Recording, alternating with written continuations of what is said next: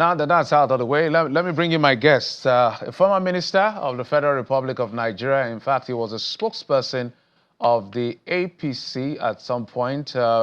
Also, he was a senatorial aspirant, an author, brilliant gentleman, joins me now. He's a spokesperson of the ADC, the coalition, new house for the coalition. It's Bolaji Abdullahi. Mr. Abdullahi, thank you so much for coming on the program. Thank you very much. My pleasure. Yeah, good afternoon. Yeah, so you have a long list of huge credentials. So I just need to restrict myself to the ones available to me. But let's talk about the business of the day. And since the coalition officially adopted the ADC, how would you describe the reception? Well, I mean, we are delighted with the initial reception from across the country. For us, it felt like a breath of fresh air. It felt like this was what Nigerians were waiting for. I think the government itself created an environment where people felt suffocated and left with no alternatives. So when we announced the coalition, it does appear that people felt that finally this is what we are waiting for. So that had two implications for us. It's quite encouraging in terms of what we tried to do, but it's also challenging in terms of how to manage the expectations of the people and how to ensure that we keep our promises and we don't let the people down. Because like many people have said, we've seen all this before, what is new, what is different. So majority of Nigerians, especially the youth, have become so cynical that it's almost difficult, if not impossible, to convince them that this is different. So that's a huge challenge on us. We cannot stop every single day trying to show that this is different, and this is about confronting the existential challenge that our country faces that directly impacts on the young people. So it's still a long journey. We are conscious of the challenges ahead. But we are encouraged by the initial reception across the country. You are what I'll call pass for an established communicator. So I'm happy you have alluded to the fact that it's almost difficult and challenging to be able to say what is different about this coalition. In fact, I've heard all kinds of analogy. In fact, currently what is going on is what I consider integrity profiling of the persons within the coalition in that sense. So first question again, what is different about this coalition? Because people are cynical. They've seen people come together like this. They saw them in 2014, which now became the APC.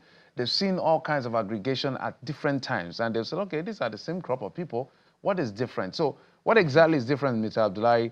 And how do you intend to communicate that to the people of Nigeria, especially the young population? I agree with you completely. I mean, like I said earlier, I was part of the 2015 process, but I knew the scale of the ambition that we had.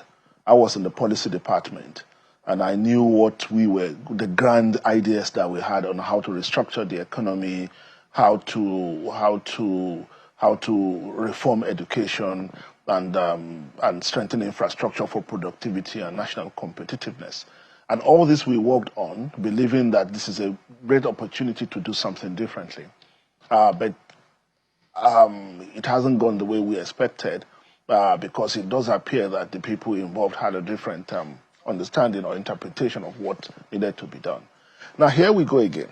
So people will say, "Oh, it's the same thing." I mean, we've seen this before, like I said. But the actors are not going to be different because you are not going to be able to manufacture new politicians overnight. It's the same people who have been active in politics maybe since 1999 that are still going to be there. Maybe you see some young people who have managed to come into the arena. But as far as the Fourth Republic is concerned, it's going to be the same people. We're not going to manufacture new political class overnight. We're not going to bring foreigners to run Nigerian politics. Is the same people we are going to have. What is going to make the difference is, are you able to build a new framework that commits to doing things differently? And that is where the ADC is different. Are you going to build a political party that will ensure that elected officials on its platform are held accountable based on the promises we made to Nigerians?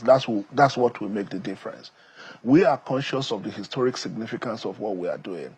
We are aware that if we don't get it right this time, Nigerians may look, the already cynical young people will now give up completely on the possibility of progress for this country. So it's a huge challenge, it's a historical burden that we carry.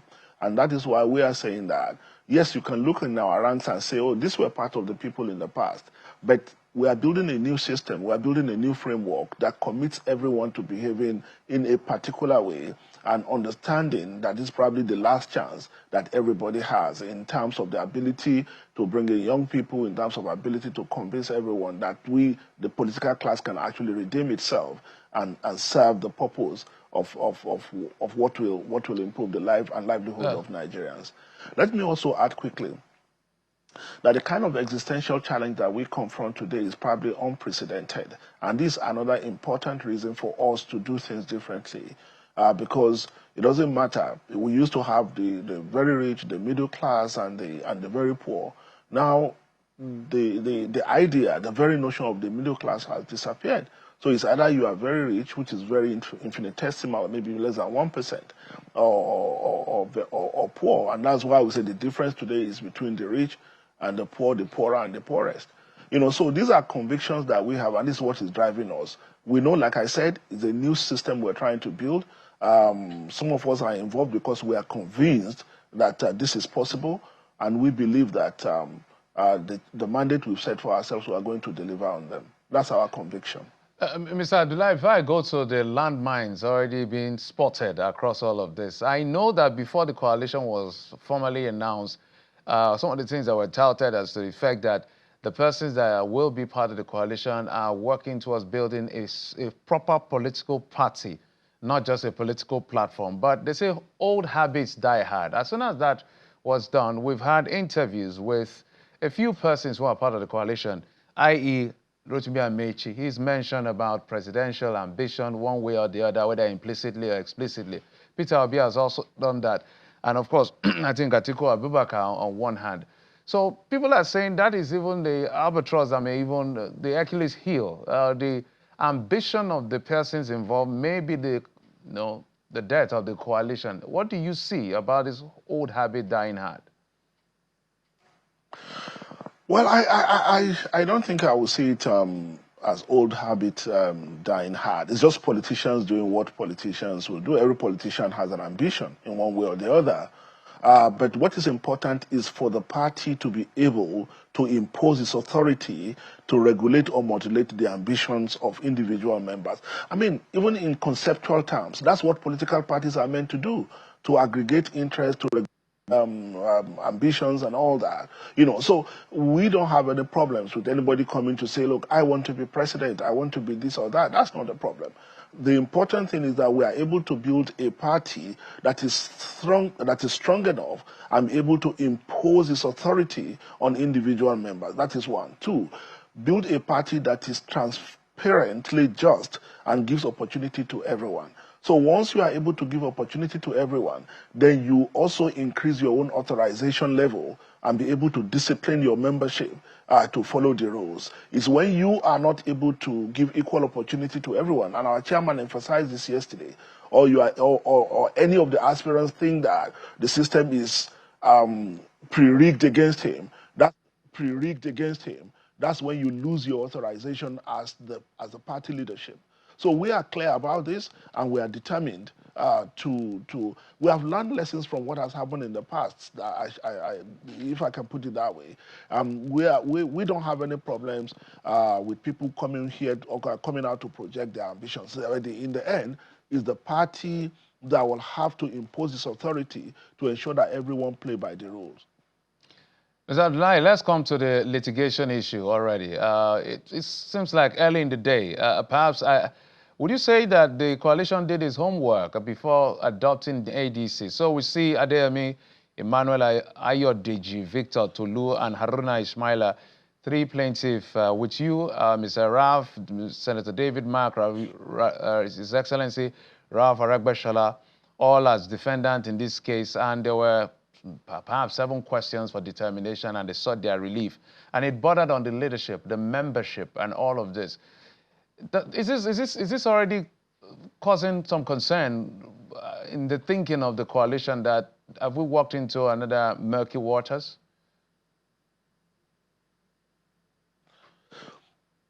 Absolutely not. I mean, we are not bothered about this. You will expected all of this, and we took our time to do all that needed to be done in legal terms because we knew that the government that was capable of undermining a party like PDP, a government that could undermine other opposition political parties, is not likely to watch us to thrive unchallenged.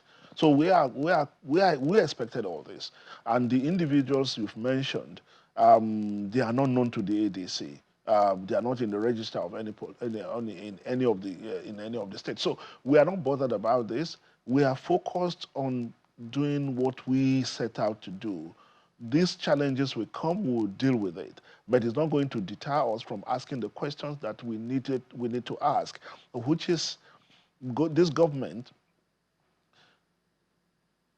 by omission or commission, has pursued policies, catastrophic policies, that have destroyed the livelihood of Nigerians and has led to a situation where Nigerians are beginning to ask themselves, what is in this for me? So that is the issue.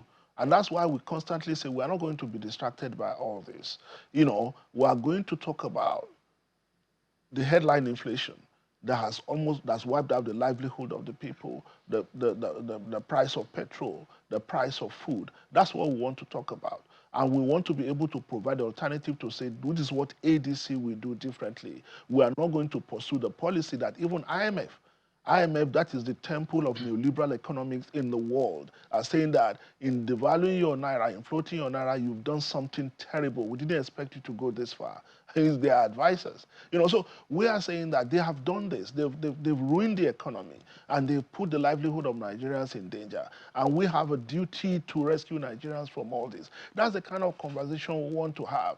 All this pettiness, all these personal attacks, personal abuse, ADC, as a matter of policy, will not indulge in it. In legal terms, the issues I have to do with legal issues, we have competent people who are capable of dealing with that. So we are not concerned at all. We are clear about what we want to say, what we want to achieve. All right, Ms. Abdullahi, indulge me for a moment to highlight some more, in your words, pettiness before we get to the issue of policy. Daniel Bwala, we had him a few days ago. He said this coalition will not last more than 6 months because of infighting. I had Mr. Sheikh Usheomi yesterday. He dismissed this coalition in his own way. In fact, I asked him straight up, alluding to the fact that one of the key members of the coalition, Atiku Abubakar, is almost at the vanguard of causing this political instability whenever a southerner is in charge of government. Those were his allusion. I also watched a video today of the Senate Minority Leader, Abba Moro, saying that it looks more like a gang up, and this is not like what Nigeria should be all about. When you hear all of this, what's your immediate response before we talk about policy as much as we have time? No, you see, for me, it's some kind of, if you remember when we started this, they say it's dead on arrival. Now, so it's some progress that they're even willing to give us 6 months. That we will last for 6 months. So we were not going to, but what do you expect them to say? You know, what do you expect them to say? I mean, so don't let us dwell on this. I mean, individuals have the right to their opinions. That's why we think that it's democracy. Let everybody say what they like to say. So it's not a problem. We have to double down, continue to do what we need to do. We have a party to build, and we'll continue to build it. All right, Mr. Abdullahi, so let's talk about this policy, because some of us who are journalists and a space you're quite familiar with, we have been waiting for an alternative idea. Okay, let's use the economy, for instance. This government has taken a very strong neoliberal direction in its pursuits. It said when they came in, they were in debt, and they were carrying wage bills that they couldn't cope with. They can't go the welfareist direction, even though the Constitution, according to Section 16, has talked about, seems to have nuances around welfareism in terms of principle of public policy, in economic policy, I should say. They said, okay, let's take our subsidy in PMS, take our subsidy in electricity partly, and they also took our subsidy in FX. So that's where we have landed. So what exactly is the coalition going to be proposing? Are you going to go socialist, or are you going to modify this neoliberal approach? What exactly should we be looking at? You see, thank you very much. You see, the problem with this government is they have an idea of what they would like to do, but it does appear that they don't know how to do it and they don't know how to calibrate it. You know, so when they set out with all these things that they are doing, what they're probably expecting is that Nigerians will clap for them, that they are strong, they are able to take the difficult decisions at the beginning. But when you remove fuel subsidy, and the net consequence of that is that pump price jumped from 190 naira to about 1,000 naira. That's about 500% increase overnight. That immediately constitutes a major challenge, and if not catastrophic effect on the livelihood of the people. Then before people get used to that, then you floated your naira, and naira jumps from 460 naira to 1,000 to $1 to 1,600 or thereabout to $1 overnight. A mixture of this at the same time, a mixture of this itself is it's unimaginable. Nobody does that. No country in the world will subject its people to a combination of these vicious policy attacks at the same time. Now, what we're saying is that even the United States, that they don't, that's number one capitalist economy in the world. I'm not an economist, and I'm not saying that they don't subsidize fuel, but they have subsidies along the value chain that ensure that the pump price is affordable to the people, maybe at the production stage or at the transportation stage or at the exploration stage. They have all kinds of subsidies that give to people in the industry that has a knock-on effect on the pump price, and ensure that people don't find it impossible to buy petrol. But when we do this, we do copycat, but we don't know the intricacies involved. We did not envisage the challenges that will follow. We did not find any safety net. I was just looking at the IMF report yesterday or so. Is saying that, look, a combination of these policies without the necessary palliative or necessary safety net has thrown a lot of Nigerians, majority of Nigerians, into poverty and misery. And the effect of what they are doing is slow in coming, if visible at all. And we don't see any indication that government is doing anything to do a step change or to backtrack on what they are doing. Even if they argue that the reform they have introduced was necessary or was inevitable, they have proved incapable of delivering it in a manner that will deliver the dividends and the gains to Nigerian people. So what ADC is saying is that we are not going to be tied down by label of whether we are neoliberal or we are liberal or we are socialist or we are welfarist. We are going to do what is right for the Nigerian people, because APC members don't have a different stations where they buy petrol. PDP members don't have a different station where they buy petrol. ADC members don't have a different station where they buy petrol. It is the same. We are all in this together. Nigerians are suffering from the misdirected and misguided policies of this administration. So we are going to do things differently, and whatever we do, the people will be at the center of the policy that ADC will pursue. Anything that is going to, any policy that we're going to pursue, the first question we are going to ask ourselves, how does it affect the people of Nigeria? How does it affect the livelihood of Nigerians? Is it going to make life better for Nigerians? So, Is it Ms. going to make life Abdullahi, more difficult just for a Nigerians? moment, So these sir. are the questions that Ms. we are going to Abdullahi, ask. so there are only two, almost only two. It's almost like, I don't want to call it a catch-22 situation or a false dilemma, but something close to that. It's either you subsidize or you don't subsidize. Which is what? No, it's not a question of whether you subsidize or you don't subsidize. It's a question of, one, how do you subsidize, right? So, and I just give you an example. Americans, you can't find anywhere that Americans subsidize fuel or gasoline, as they call it. But there are all kinds of subsidies that they introduce into the system along the value chain that has a knock-on effect. So that's an option. Now, what we have done is to remove subsidy, and we know how volatile that is in terms of the livelihood and dependency, how much our people depend on the price of petrol for their daily living. Majority of Nigerians have to depend on commercial transportation. We don't have public transportation system. We don't have railways. Those who have their own cars have to buy petrol.